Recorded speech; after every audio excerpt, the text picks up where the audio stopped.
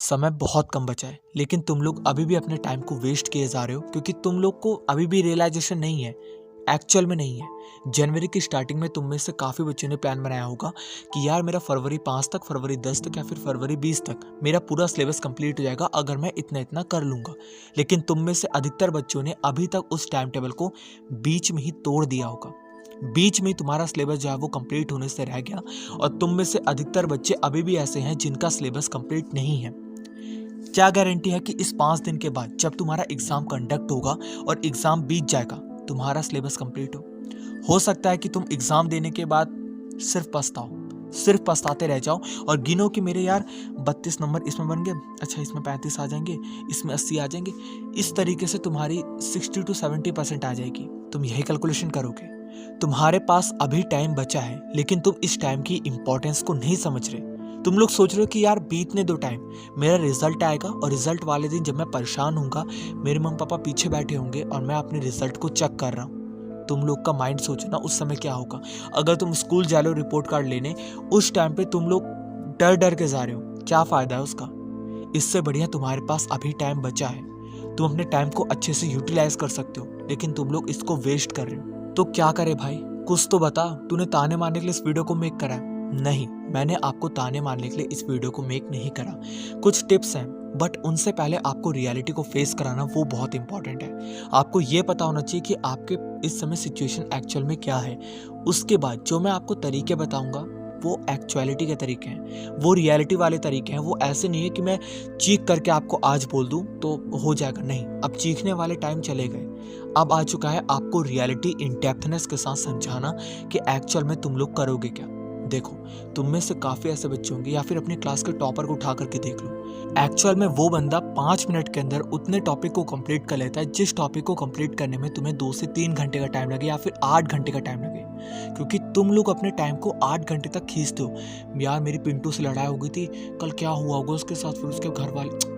तुम लोग यही सोच के चक्कर में ना 8 से 10 घंटे सिर्फ नाम के पढ़ जाते हो और तुम लोग अच्छे से कंसंट्रेशन के साथ उस टॉपिक को नहीं समझ पाते जो कि तुम्हारे सामने था, जो कि सिर्फ 5 से 10 मिनट का टॉपिक था। ये करना सबसे पहले बंद करो। तुम जब भी पढ़ने बैठते हो, चाहे वो 1 घंटा हो, आधा घंटा हो, 5 मिनट हो, 10 मिनट हो, तुम्हारा कंसंट्रेशन हाई होना चाहिए। तुम्हें कोई फोन नहीं, कोई डिस्ट्रैक्शन नहीं, कोई चीज नहीं आकर के तुम्हें दबा सके या फिर तुम्हारे माइंड को डिस्ट्रैक्ट कर सके। ऐसा कुछ नहीं होना चाहिए। और जिस दिन तुमने अपने टाइम को इस तरीके से समझ लिया, तुम डेफिनेटली है कि तुम 8 से 10 घंटे वाले टॉपिक को 1 घंटे या फिर आधा घंटा, इससे ज्यादा नहीं लगेगा, उतने में कंप्लीट कर जाओगे। और खुद ही अपने माइंड से सोच लो कि अगर तुमने आधे घंटे में 8 घंटे वाले टॉपिक को कंप्लीट किया, तो अगर तुम आधे घंटे के हिसाब से 8 घंटे डेली का पढ़ना शुरू कर दे तो तुम्हारे तो यार दिन भर के अंदर सबसे ज्यादा टॉपिक्स कंप्लीट हो जाएंगे एक एवरेज बच्चे के हिसाब से, जो कि अपने टाइम को वेस्ट कर रहा है। समझ रहे मेरी बात को। दूसरी बात भाई, सबसे ज्यादा प्रॉब्लम आती है कि हमारे पास रिसोर्सेज नहीं है। एग्जाम टाइम में जो क्वेश्चन आने वाले हैं उनसे रिलेटेड एग्जैक्ट कुछ रिसोर्सेज टाइप का हमारे पास नहीं है जिससे हम अच्छे से कर सकें।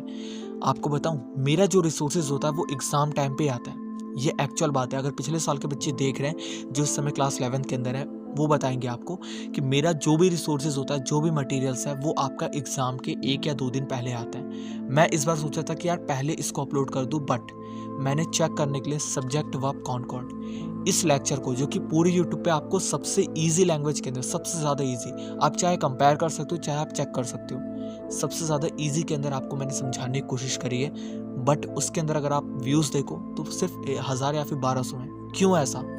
क्योंकि आप लोग इस टाइम पे अवेयर नहीं हो। वो बच्चों तक पहुंची बट उसकी CTR अगर आप देखोगे तो 3% पे आ गई है। 2% जो है कवर होती है डेली बेसिस पे। तो ये गलती आप लोग की है। आप लोग इस रिसोर्सेज को यूज नहीं करना चाहते अभी के टाइम पे। तो मैं इस टाइम पे इसलिए नहीं डाल रहा आपके रिसोर्सेज को। तो अगर आपको रिसोर्सेज चाहिए तो आपको एग्जाम टाइम का थोड़ा सा वेट करना पड़ेगा। मैं एग्जाम से पहले आपके ऐसे रिसोर्सेज ला करके दूंगा जो कि एग्जाम टाइम के ही इंपॉर्टेंट है। लेकिन एक शर्त है, अगर तुम इस शर्त को अच्छे से पूरा करते हो, मैं तुम्हें फ्री ऑफ कॉस्ट में वो सारे के सारे PDF ला करके दूंगा जो कि एग्जाम टाइम के इंपॉर्टेंट है। बिल्कुल फ्री में, कोई पैसा नहीं देना। ये जो शर्त है वो भी आपकी फ्री ऑफ कॉस्ट के 199 की थी, बट फ्री ऑफ कॉस्ट में आज के टाइम पे मैं तुम्हें दे रहा हूँ। वो क्या है? सिर्फ थोड़ा सा टाइम लगेगा तुम्हारा। अगर तुम इसको पूरा करते हो, मैं डेफिनेटली कह रहा हूँ 50 से 60% अगर तुम्हारी इसके अंदर आ गई, तुम लेजेंड हो। तुम अपने एग्जाम के अंदर 80 to 90% लेकर के आओगे अगर तुम क्लास 10 के हो, क्लास 11th के हो और क्लास 12 के हो। मैं 3 क्लास को सबसे ज़्यादा फोकस कर रहा हूँ। तुम डेफिनेटली अगर इसके अंदर तुम्हारी 50 to 60% आ गई तो तुम समझ जाना कि तुम्हारी 80 to 90% उसके अंदर बन जाएगी। ये तुम्हारे सब्जेक्ट से रिलेटेड है, तुम्हारे काम से रिलेटेड है, फ्री ऑफ कॉस्ट में है, इसलिए मैं आपको समझा रहा हूँ। प्लीज़ इसको कर लेना। नीचे डिस्क्रिप्शन में तुम्हें एक लिंक मिलेगा, उस पर जैसे क्लिक करोगे आकाश का खुलकर आएगा। बट यहाँ पर तुम्हें अभी सबसे पहले सुनो, एक नंबर डालना है। नंबर डालने के बाद OTP आएगा, इसको एंटर करके सारी डिटेल फिल करो। तुम किस क्लास के अंदर जाने वाले हो, क्लास 10 से क्लास 11 में, क्लास 11 से क्लास 12 में, क्या चूज करोगे, एक चूज का लेना है सिर्फ। उसके बाद सेंटर पूछेगा, सेंटर पे तुम्हें एक चूज का लेना है क्योंकि तुम्हारा ऑनलाइन एग्जाम कंडक्ट होने वाला है। अपने स्टेट का कोई सा भी चूज कर लो।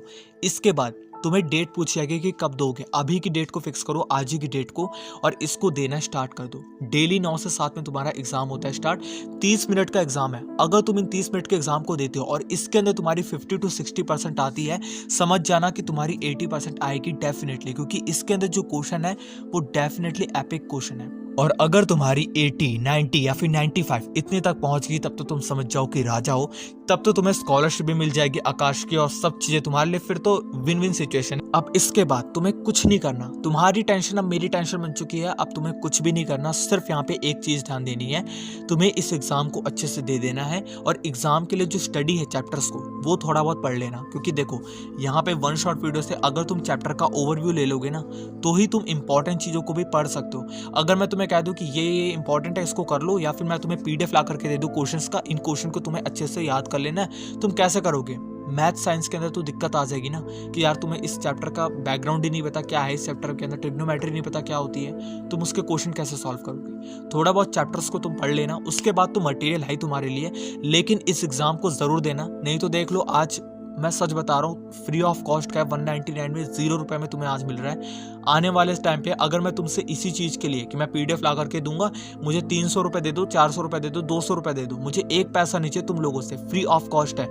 अब तुम्हारे पे डिपेंड करता है कि तुम में से कितने बच्चे जो है इसको सीरियस लेते हैं, क्योंकि आज तुम्हारे पे निर्भर करता है यार, तुम 30 मिनट देना चाहते हो या 300 रुपए। अब